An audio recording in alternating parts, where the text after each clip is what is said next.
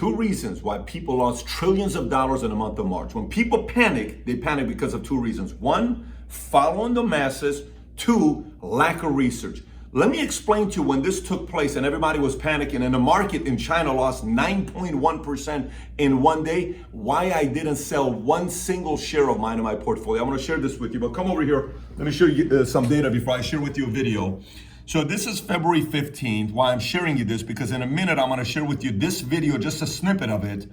That video was shot February 15th. February 15th, total cases was 67,000 global. 1520 had died. And if we look at the data on what we had, the first death in US was February 28th, meaning when this video was shot, nobody had died yet. Again, if you get closer here, you'll see it says February 18th. It was uploaded February 15th on Saturday is when this was shot. Now, the reason why this is important, why I didn't take my money out of the market when so many of my friends took their money out, they lost millions of dollars due to panic. I want you to watch exactly what happens here and why I didn't move. Watch this. Immediately when this happens, a lot of people panic.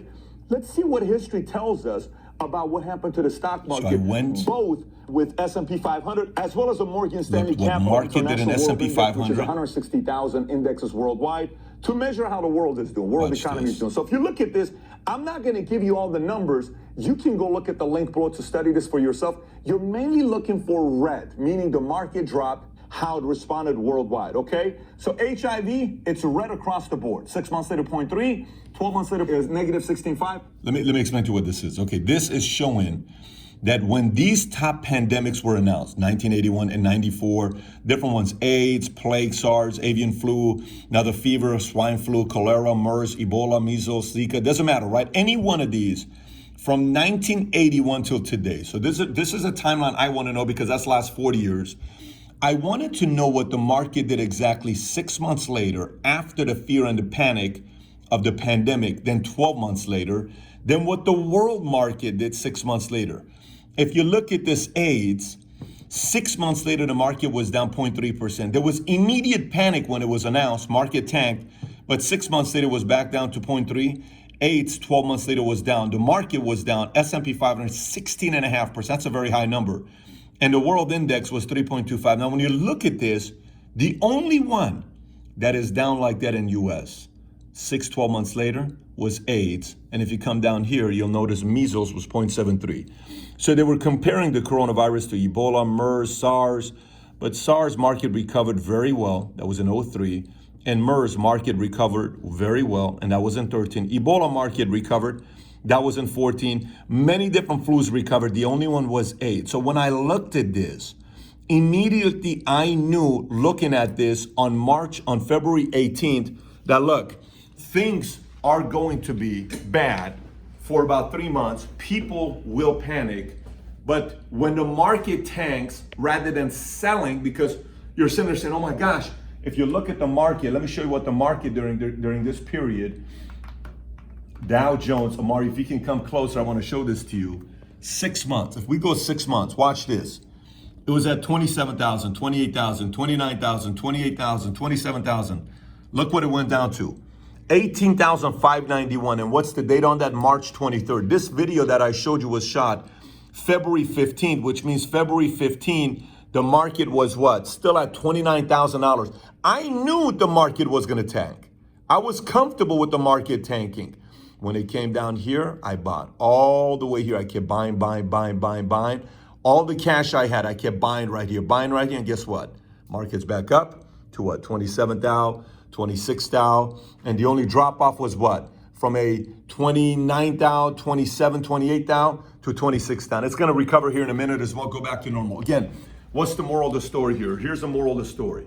I was okay in the month of March, when the market tanked nearly 40% in 1 month, everybody was panicking. It's totally okay losing millions that month because I knew things were going to recover. Look, I'm sharing this with you to get you to think about everything in your life in a completely different way. Money, business, life, relationship, kids, everything. While everybody panics, you go do research. While everybody is worried because they don't have data, you go on here and look at trends, study numbers, study what happened, study history, And you'll be amazed how much confidence it'll give you, where you'll be the one that's poised making the right decisions. Everybody else is panicked. So if you've not watched this video, I'm gonna put the link below as well to watch this video, because it's pretty much predicting. I was telling people, do not panic. This is 6 months ago. Is today the 18th? Today's the 19th. Exactly 6 months ago yesterday is when this video, 4 months ago yesterday was when this video was shot, to tell people, stop worrying. 4 months later, the market's back down to normal. So the next time a massive crisis happens that everybody panics, grab a computer, go get data, go do research, and don't let these media people scare the hell out of you where you make emotional decisions. Because I can't tell you how many friends call me like this. This was the phone call. Pat, I'm telling you, sell everything out in your portfolio. I said, no, I'm buying. Pat, I'm telling you, sell it. This is scary. I'm buying. Do you realize how bad? Did you see the projections they made on how many people could die? They said 2 million. If it's 50 million, this thing can go down to 4,000 or 5,000. I totally get it. I'm fine. Man, you're not making the right decision. You got a family and kids. I'm taking a risk, but I'm fine making this risk. You know why? Here's why. Look at this. If out of the last 10 pandemics, 2.5, say one, and another one here is doing this, so pretty much everything else is good, 90% of the time we're gonna be okay. This is not worse than Ebola. It's not worse than MERS. It's not worse than Zika. It's not worse than SARS. Guess what? We're gonna be all right. Market's gonna recover. I know they need a story. There's a re-election here. There's a lot of panic. They don't want Trump to get re-elected. They want another candidate to come in. Media doesn't want certain things. They're not happy with Trump. I fully get all that stuff, but I'm not gonna make an emotional decision. So for you watching this, in the future, there's gonna be many more scares that maybe are not gonna be a pandemic. Could be a war, could be a political war, could be a proxy war. You don't need to panic. Grab something, go do research, and make poised decisions. Not only will it save your sanity, but it'll help you make millions of dollars as well.